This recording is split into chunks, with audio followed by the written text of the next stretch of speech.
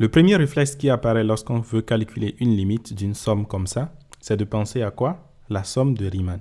Oui, la célèbre relation du célèbre mathématicien Riemann qui nous dit la limite lorsque n tend vers plus l'infini, de 1 divisé par n, la somme allant de 1 jusqu'à n, de f de k divisé par n, ceci converge, sinon est égal à l'intégrale de 0 jusqu'à 1 de f de x dx. En essayant de l'appliquer à notre problème qui est ici, ça ne marche pas. Parce que si je veux réécrire ça sous la forme d'une somme, j'aurai la limite lorsque n tend vers plus l'infini de la somme de k allant de 1 jusqu'à n, de 2 à la puissance k divisé par n plus 1 divisé par k. Et si je factorise par exemple 1 sur n afin d'apparaître ici, j'aurai la limite lorsque n tend vers plus l'infini de 1 sur n fois la somme de k allant de 1 jusqu'à n de 2 à la puissance k divisé par n divisé par 1 plus 1 divisé par k sur n. Comme vous pouvez le remarquer, le f qui est ici ne dépend ni de k ni de n. Donc ce n'est pas possible de pouvoir réécrire notre fonction ici de telle sorte à avoir f de k divisé par n. Donc ce que nous allons voir dans cette vidéo, c'est comment est-ce que, bien que la somme de Riemann ne semble pas marcher, elle peut nous permettre de calculer la limite lorsque n tend vers plus l'infini de 2 à la puissance 1 sur n divisé par n plus 1, plus 2 à la puissance 2 sur n divisé par n plus 1 demi, plus ainsi de suite jusqu'à 2 à la puissance n sur n divisé par n plus 1 sur n. Alors, comment est-ce que nous allons résoudre ce problème? En effet, il faut revenir aux bases. La formule qui est ici, ce n'est pas réellement la somme de Riemann. La somme de Riemann, on peut encore la réécrire comme la limite lorsque n tend vers plus l'infini de b moins a divisé par n fois la somme de k allant de 1 jusqu'à n de f de a plus b moins a divisé par n fois k. Oui, en fait, vous allez remarquer que ceci va juste être égal à l'intégrale entre a et b de f de x dx. Donc, en prenant a égale à 0 et b égale à 1, on revient à cette formule qui était là. Mais je vais encore vous décevoir. Ce n'est pas fini. On peut encore généraliser cette somme de Riemann. Comment? On peut réécrire en fait cela comme la limite lorsque n tend vers plus l'infini de la somme de k allant de 1 jusqu'à n de xk moins 1 fois f de tk, où tk appartient à xk et xk moins 1. Si vous n'avez jamais vu cette formule, ne vous inquiétez pas. Je vais vous la présenter ici. En effet, d'où vient la formule de Riemann? Si je suppose par exemple que je suis intéressé à calculer l'air qui se retrouve sous cette fonction-là, par exemple, entre A et B, qu'est-ce que je fais? Une manière d'estimer grossièrement l'air qui est ici, c'est de prendre par exemple le rectangle que j'ai là. Donc je l'agrandis légèrement comme ça. Et je prends toute l'air qui est ici, je la considère comme si c'était l'air qui est là. En effet, je fais une petite erreur qui est cette partie-là, mais ce n'est pas grave parce que je fais juste une estimation. Mais si je veux une estimation de plus en plus meilleure, qu'est-ce que je vais faire? Je vais faire le même principe, mais avec quelque chose qui change. Qu'est-ce qui va changer? Avant de créer mon rectangle, je vais subdiviser d'abord mon intervalle en deux parties. Donc cette fois-ci, j'aurai ça et ça. Comme vous pouvez le voir, l'erreur que je commets cette fois-ci est plus faible. Et si je subdivise encore mon intervalle, j'aurai des éléments qui seront de plus en plus fins. Donc imagine par exemple que je subdivise là de cette manière. Alors voici mes rectangles que je vais créer. Donc comme vous pouvez le voir, l'erreur que je vais commettre sera encore plus petite. Et c'est de là que vient en fait le principe. Parce que là, le n que vous voyez ici représente juste le nombre de subdivisions que je fais. Et c'est pour cela qu'on fera généralement b moins a divisé par n. Parce qu'en faisant b moins a divisé par n, c'est comme si je crée en fait des intervalles de taille ici qui seront b moins a divisé par n. Et bien sûr, lorsque je veux calculer l'aire de ce rectangle, qu'est-ce que je vais faire? Je vais prendre la largeur qui est là et multiplier par la longueur qui est là, qui représente en fait simplement f de a ici. Ensuite, si je veux calculer pour cette aire, je vais prendre exactement la même largeur qui est ici et multiplier par f de ce point-là qui est là, que je vais appeler x1. Donc, ce sera f de x1. Et ainsi de suite. C'est de là alors qu'on a la formule b moins a divisé par 2 multiplié par f de xi et on fait une somme. Et on va chercher bien sûr la limite lorsque n tend vers plus l'infini. Cela nous permettant donc de subdiviser de plus en plus. Mais quelque chose qu'on ne dit pas, c'est quoi?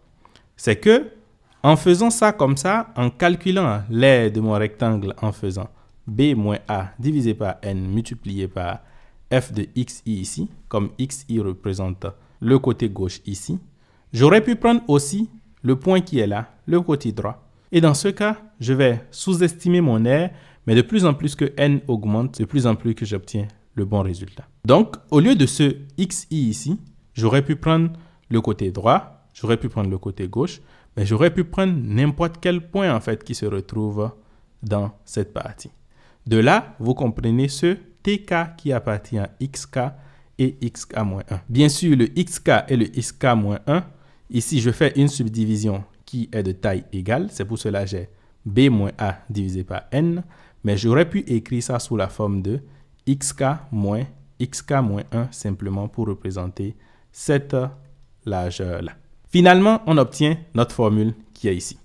Maintenant, dans notre cas, comment est-ce qu'on peut utiliser cette formule pour calculer notre limite? Dans notre cas, ce que nous allons faire, nous allons bien sûr considérer que a est toujours égal à 0 et que b est égal à 1. On va faire des subdivisions qui seront de longueur exacte. En d'autres termes, c'est que nous aurons des b moins a divisé par n, c'est-à-dire 1 divisé par n. Donc, je veux bien sûr avoir ce 1 divisé par n qui est là, ou encore qui est là. Cependant, ici, je n'ai pas de fonction. Alors, comment est-ce que je résous cela? Ce qu'on peut faire, c'est quoi? C'est que si j'ai une représentation, par exemple, sous cette forme, et que j'ai une subdivision, c'est-à-dire un petit intervalle sous cette forme, ici, j'ai f du côté gauche, que je vais appeler f de xk. Et ici, j'ai f du côté droit, que je vais appeler f de xk-1. Mais je peux prendre en fait tout élément qui se retrouve ici. Donc, si j'arrive par exemple à montrer que j'ai un b qui se retrouve ici, qui est entre f de xk et f de xk-1, ce serait une bonne hauteur pour moi pour former en fait l'aire de mon rectangle ici. Et c'est ce que nous allons faire. Je vais poser par exemple que f de x est égal à 2 à la puissance x. Donc, mon idée maintenant, c'est quoi? C'est de montrer que 2 à la puissance k-1 divisé par n est plus petit que 2 à la puissance k divisé par n divisé par 1 plus 1 divisé par kn, qui est lui-même plus petit que 2 à la puissance k divisé par n. Dès que j'arrive à montrer ça, ce b-là, en fait, ça sera ça qui est ici. Et clairement, 2 à la puissance k moins 1 divisé par n est là. 2 à la puissance k divisé par n est de ce côté. Donc, ce serait ces deux valeurs-là. Et par conséquent, je pourrais utiliser Riemann. Donc, finalement, pour calculer ma limite qui est ici, que je cherchais, tout ce que j'aurais à montrer, c'est cette inégalité-là. Comment est-ce qu'on peut montrer cette inégalité? C'est assez simple. D'abord, pour la partie à droite ici, on sait ça, puisque 2 à la puissance k divisé par n divisé par 1 plus 1 divisé par k divisé par n est forcément plus petit que 2 à la puissance k divisé par n divisé par 1, puisque lui, il est forcément positif. Donc, le côté droit est bon. Maintenant, pour le côté gauche, donc de ce côté, comment est-ce que nous allons faire ça? Je veux montrer que 2 à la puissance k moins 1 divisé par n est plus petit que 2 à la puissance k divisé par n divisé par 1 plus 1 divisé par k sur n. Donc, d'abord, ce que je vais faire, c'est de diviser par cette même valeur-là des deux côtés. Donc, d'avoir simplement 1 qui est lui-même plus petit que 2 à la puissance 1 divisé par n divisé par 1 plus 1 divisé par k fois n. Donc, ici, c'est bien sûr parce que j'ai simplifié par 2 à la puissance k moins 1 divisé par n. Et ceci, si je veux, je peux l'écrire comme exponentielle de quoi? 1 sur n fois logarithme népérien de 2, le tout divisé par quoi? 1 plus 1 sur k divisé par n. Puisque je sais que exponentielle de x est toujours plus grand que 1 plus x, ça veut dire que exponentielle de ln de 2 divisé par n est toujours plus grand que 1 plus ln de 2 divisé par n.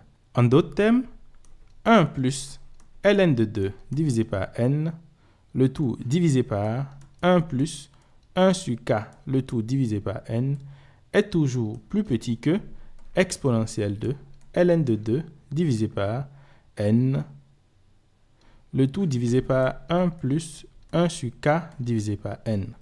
Donc, si j'arrive à montrer que lui-même, il est plus grand que 1, alors mon problème est résolu. Parce que celui-là serait plus grand que quelque chose qui est plus grand que 1, alors il est forcément plus grand que 1. Et comment est-ce que je peux montrer ça? Il suffit juste de regarder ceci et ceci. Et clairement, une comparaison entre logarithme népérien de 2 et 1 sur k, ça va dépendre simplement de k. Donc, si k est égal à 1, je sais que ce sera inférieur. Mais à partir de 2, c'est fini. Lui, il sera plus grand. Donc, pour k qui est plus grand que 1, alors ceci est vrai. Et donc, on aura toujours 2 à la puissance k moins 1 qui sera divisé par n plus petit que 2 à la puissance k sur n divisé par 1 plus 1 divisé par k sur n. Finalement, qu'est-ce que nous avons prouvé? Nous avons prouvé que on peut écrire notre somme comme 1 sur n fois la somme de k allant de 1 jusqu'à n de 2 à la puissance k divisé par n divisé par 1 plus 1 divisé par k sur n. Et ce nombre qui est là se trouve toujours entre 2 à la puissance k moins 1 sur n et 2 à la puissance k sur n. Alors, on peut prendre comme fonction f de x qui est égal à 2 à la puissance x et dire donc que lui, il va converger lorsque n va tendre vers plus l'infini vers l'intégrale de 0 jusqu'à 1 de f de x qui est lui-même 2 à la puissance x dx.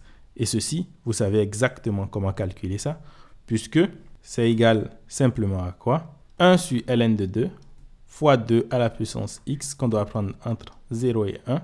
Donc, si on remplace ça à l'intérieur, ça va nous donner quoi? Ça va nous donner simplement 2 divisé par ln de 2 moins 1 divisé par ln de 2. Et donc, le résultat final, c'est 1 divisé par ln de 2.